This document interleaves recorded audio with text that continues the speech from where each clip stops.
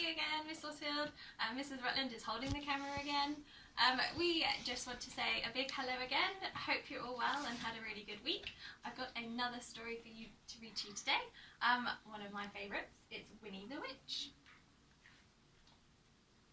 Winnie the Witch lived in a black house in the forest.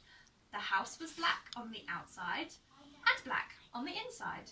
The carpets were black, the chairs were black, the bed was black, and it had black sheets and black blankets. Even the bath was black.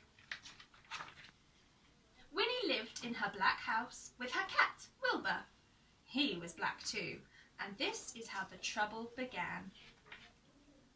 When Wilbur was sat on a chair with his eyes open, Winnie could see him. She could see his eyes anyway. But when Wilbur closed his eyes and went to sleep, Winnie couldn't see him at all. So she sat on him. When Wilbur sat on the carpet with his eyes open, Winnie could see him. She could see his eyes anyway. But when Wilbur closed his eyes and went to sleep, Winnie couldn't see him at all. So she tripped over him. Oh dear. One day, after a nasty fall, Winnie decided something had to be done. So she picked up her magic wand, waved it around, and said, "Abracadabra!" Wilbur was a black cat no longer. He was bright green. Now, when Wilbur slept on a chair, Winnie could see him. When Wilbur slept on the floor, Winnie could see him. And she could see him when he slept on the bed. But Wilbur was not allowed to sleep on the bed.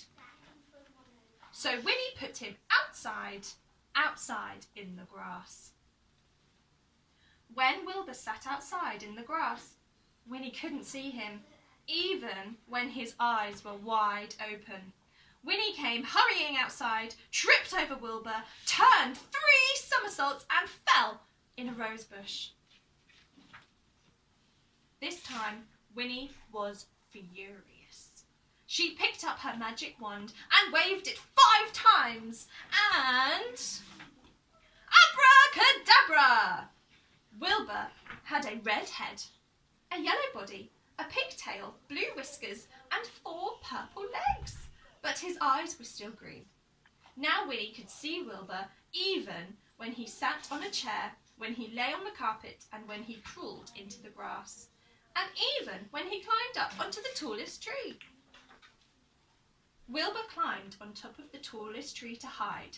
He looked ridiculous, and he knew it. Even the birds laughed at him. Wilbur was miserable.